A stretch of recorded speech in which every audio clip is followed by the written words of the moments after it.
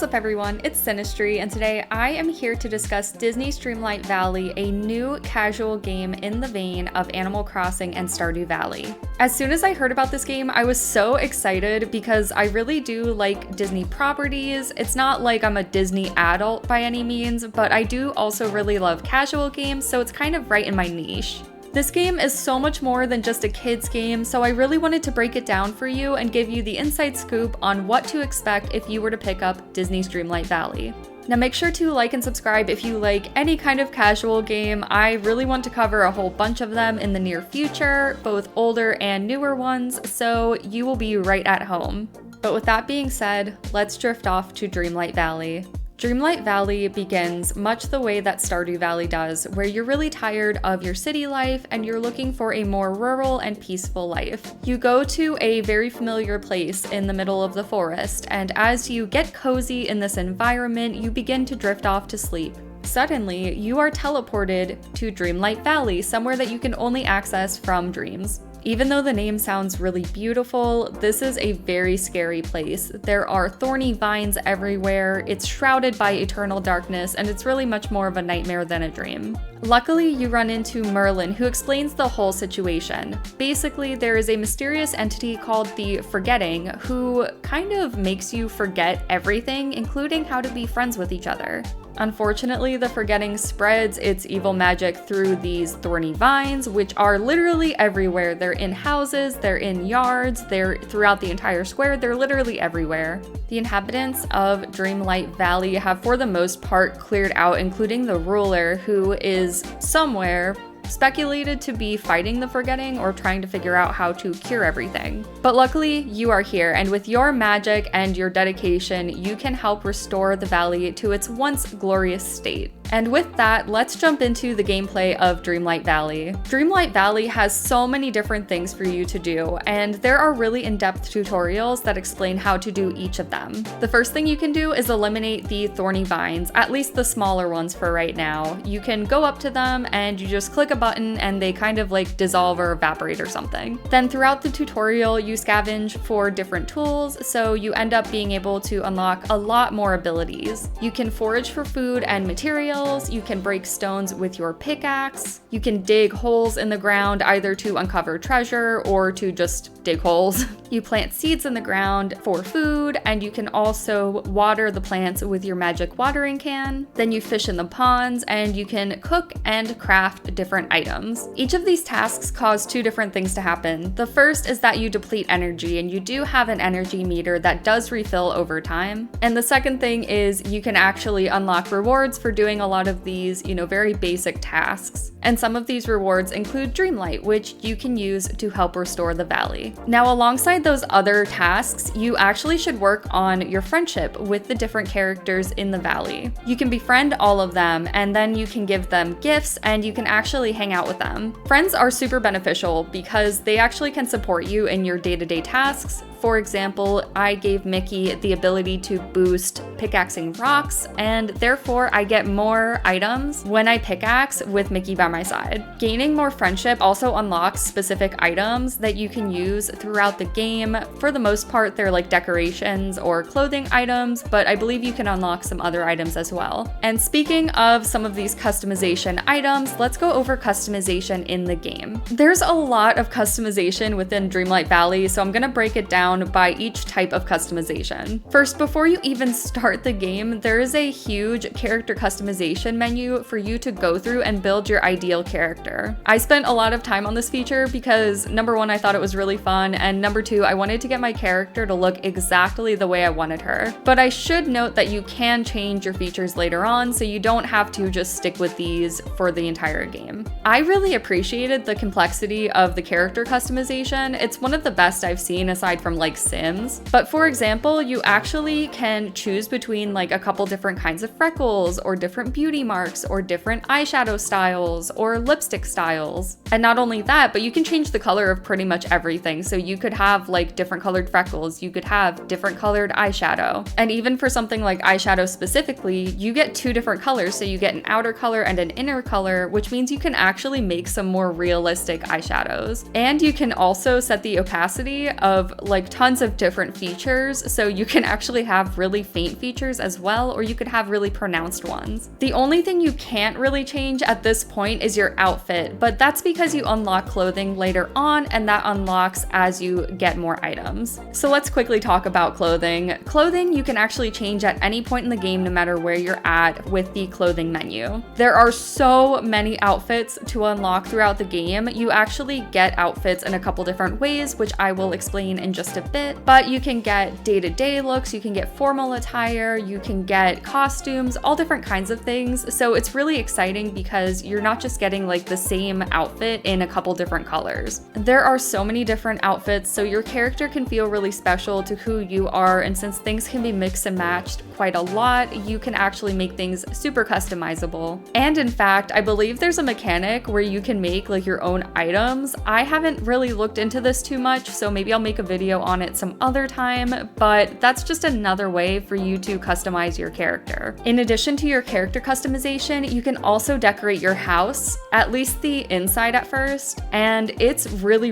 customizable as well. Again, you get tons of decorations throughout the game, and while your house feels small at first, I believe that you do upgrade it over time, so you will eventually have tons of space for you to put in all of your decorations. Now, interestingly, spending time in your house can refill your energy, so it is kind of encouraged to go back to your house every so often, which gives you a great opportunity to refresh your design. You can also cook within your house after you get to that point of the tutorial, and cooking meals actually has 3 different uses. You can use the meals to refill your energy, to give to friends, or to sell. Now, you might be wondering how you unlock so many different items within the game, and there's actually 5 different ways that I know about right now. Number 1, you immediately get a lot of items from buying the game. So I'll dive into that a little bit later, but that's the first way that you can initially guarantee you'll get some items. Second, you actually get some kind of basic items from doing regular tasks like destroying rocks or digging up special patches that are glowing. Third is through in-game shops like Scrooge's shops, and fourth is through crafting, such as crafting on Goofy's crafting table. The fifth is through a season pass. I know that a lot of gamers dread to hear the word season pass, but this is purely cosmetic, so if you don't care about this, you can just completely ignore it. However, there are some season pass rewards that are free, and then there are others that are paid, much like a ton of other games. To buy the season pass, you have to use an in-game currency called Moonstone, and Moonstone you of course buy with your real life money. I don't yet know how you can get Moonstone other ways. I think there might be other ways, but at the very least you can buy it. Obviously, if you're not careful, this could be a huge money dump, so just make sure to be wise about when you want to spend money on this game and when you don't, because honestly, not everything is worth buying. For example, right now the season pass is Pixar themed, and while a lot of people love Pixar, I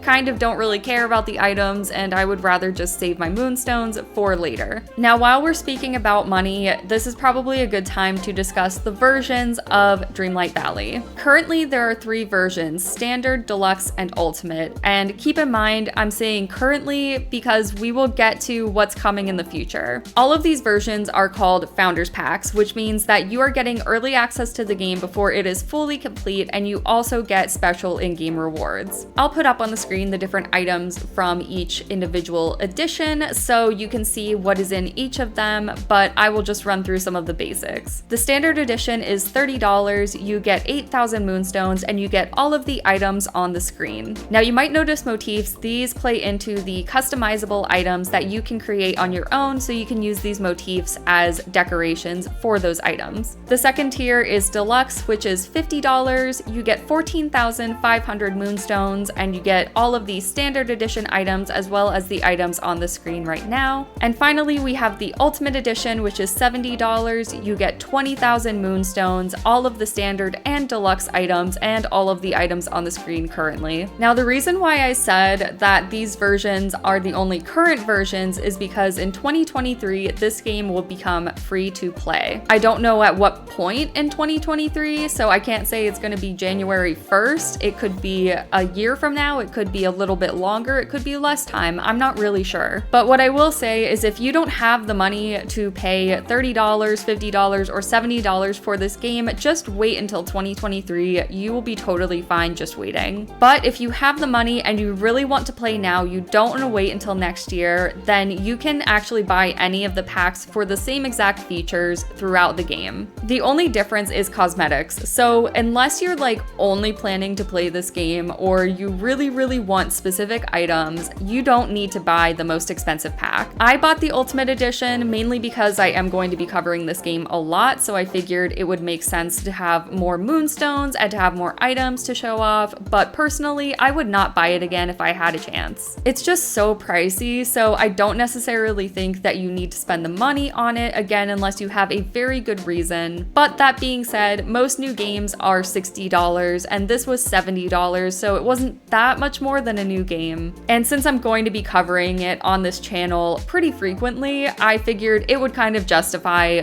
buying the highest tier of the game. But now that we've covered all of the really big topics of the game, let's dive into some of the miscellaneous thoughts that I had about some other smaller aspects. First of all, this game does have some voice acting. It's not completely voice acted because there are dialogue trees and things like that. It would just take a very long time, so I understand that. But there are some little like one-off lines that the characters will say to you if you go near them or when you start talking to them, things like that. I do appreciate it for what it is. It does kind of give the characters a little more life. In addition to this, the characterization of the characters that I've met so far seems really spot on. Merlin is a little bit wacky, but he's very wise. He has all of the wizard, knowledge and power, but he is just a bit of an oddball. Scrooge McDuck is a miser, but he is still friendly. He just always puts money first, as you would expect. Goofy is, of course, a lovable goofball, but they did give him the ability to be super handy, so I think that that is a great feature for Goofy.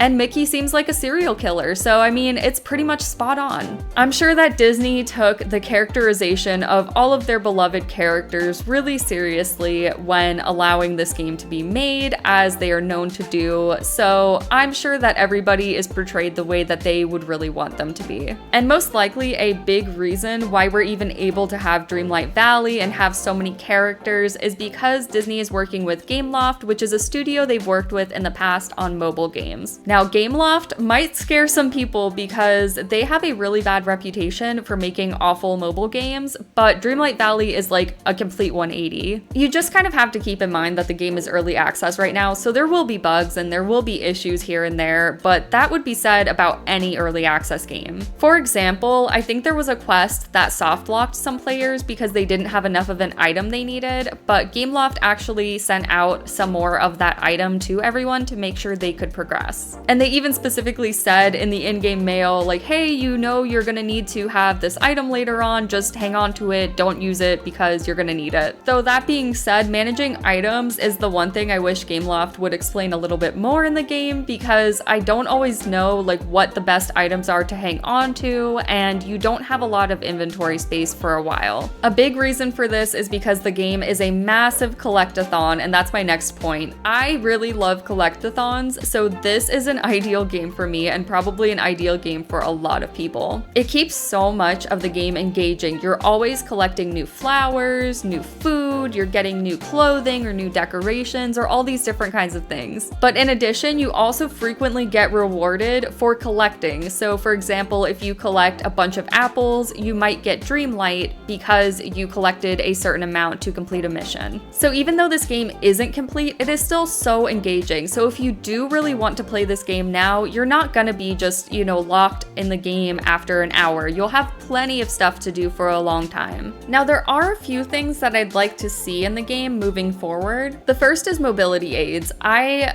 know that mobility aids are almost never added to character customization in any games because I think the developers are afraid they're gonna break things. I'm sure people would love to see themselves represented in these characters if they also use a mobility aid and would be able to play with a character that looks like them. But I also know it's very difficult to add in some of these features, so it's kind of a toss-up. Just something I'd like though. Now, something else I would really like is the game recognizing when you've already done something that it's trying to teach you how to do. For example, I had to go through the whole gardening tutorial despite the fact that I had done all of that several times before I unlocked that tutorial. I wish the game would just see it and go, hey, I see that you've already done this. Great job. Here's your reward. But I guess it's not the end of the world. It didn't take too much longer, but it is just kind of an unnecessary aspect. Now, something I'm a little more adamant about is I would really like to see mouse controls highlighted a lot more than the keyboard controls for different actions. Basically, here's how it goes. I play on PC, so I am used to mouse and keyboard controls, and usually with the mouse, you'll do actions and you'll move the camera, and the keyboard will open menus and move your character around and sometimes change your different weapons. Or in this kind of game, change your different tools. However, Dreamlight Valley for some reason wants me to do actions with the E button all the time and sometimes with the space bar, which I just personally do not understand because it is 10 times easier with the mouse. But you can still use the mouse, so that's why I don't know why they don't highlight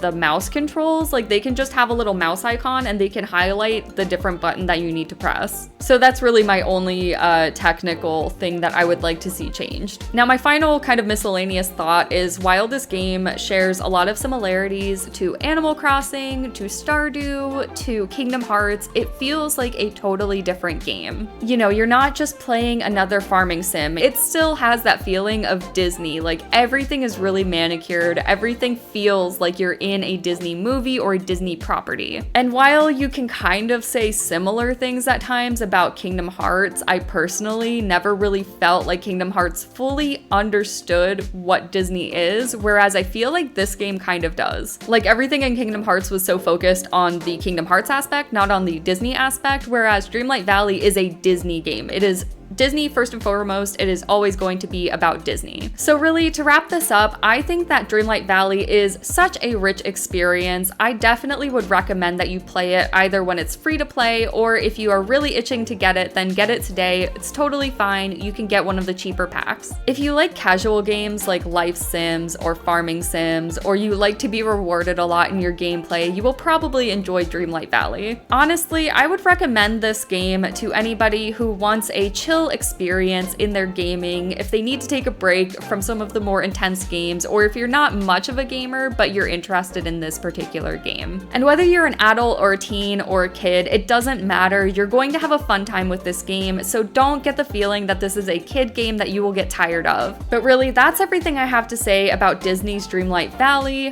What do you think about this game? Do you have it? Are you looking to get it? Are you really interested? And if you do have it, or if you are going to get it, let me know which pack you're gonna get, or if you're gonna get it as free to play. I am just really curious to see how many people are actually jumping into it right now. And make sure to like and subscribe so you don't miss out on the Dreamlight Valley content as well as other casual game content. Thank you so much for watching, and I will see you next time.